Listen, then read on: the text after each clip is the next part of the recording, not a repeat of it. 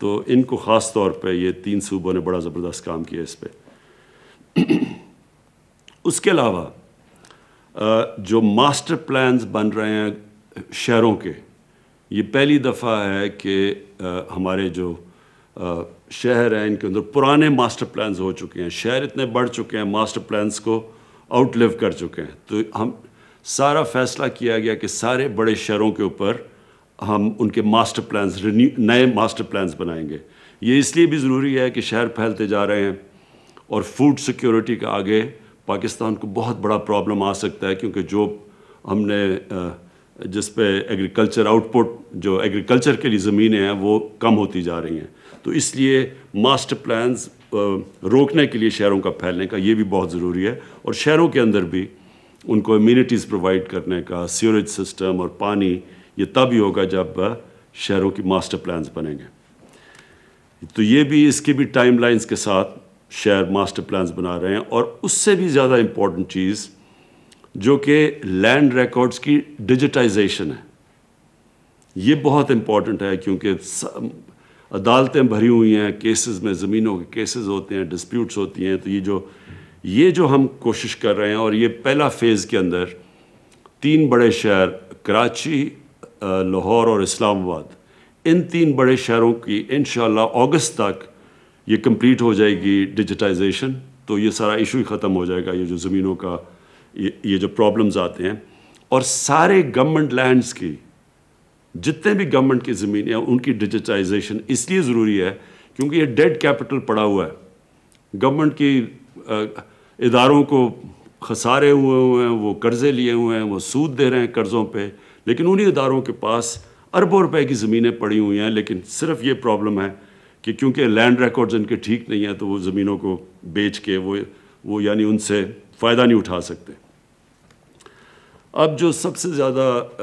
جس کے لیے ساری ہماری کنسٹرکشن انڈسٹری کو بڑی انتظار کر رہی تھی اس چیز کے اوپر، تو میں ان کو یہ نئے سال کی خوشخبری دینا چاہتا ہوں کہ ہم نے جو فکس ٹیکس رجیم تھی وہ 31 دسمبر 2021 تک ہم نے ایکسٹینڈ کر دی ہے۔ یہ بڑی ڈیمانڈ تھی کنسٹرکشن انڈسٹری سے، تو انشاءاللہ یہ اس کے لیے یہ تو آپ کے پاس 1 سال ایکسٹرا آ گیا۔ دوسرا جو ایک اور ایگزیمپشن جس کو سیکشن 111 کہتے ہیں، جو disclosing the source of income of investment, یعنی جو آپ جب انویسٹ کرتے ہیں پراپرٹیز میں، اس کی ہم نے ایکسٹینشن 30 جون 2021 تک کر دی ہے۔ پھر جو پروجیکٹس کی کمپلیشن ہونی تھی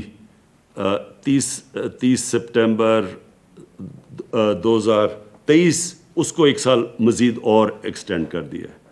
پھر چوتھی چیز جو exemption for disclosing source of investment for buyers,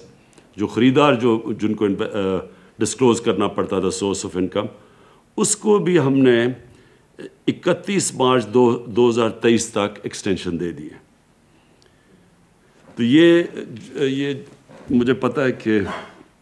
ہم نے یہ ہماری جو کنسٹرکشن انڈسٹری تھی اس کو مسئلہ پڑا ہوا تھا، کیونکہ جب ہم نے انسینٹو پیکج دیا، کووڈ کی وہ پیک تھی، وہ پیکج کو ٹائم لگا لوگوں کو ابزارب کرتے ہوئے، تو وہ ہم 3-4 مہینے نکل گئے۔ تو اصل میں بڑی ڈیمانڈ تھی کنسٹرکشن انڈسٹری سے کہ ہمیں ٹائم نہیں ملا تو اس کو ایکسٹینڈ کیا جائے، تو اس لیے میں آپ سب کو یہ خوشخبری دے رہا ہوں کہ وہ ایکسٹینشن ہو چکی ہے۔ مجھے خوشی ہے اینڈ میں کہ ہماری جو ریکارڈ سیمنٹ کی سیلز ہوئی ہیں، اور سیمنٹ کی سیلز کا مطلب یہ کہ کنسٹرکشن ایکٹیویٹی شروع ہوئی ہے پاکستان میں، اور یہ کنسٹرکشن ایکٹیویٹی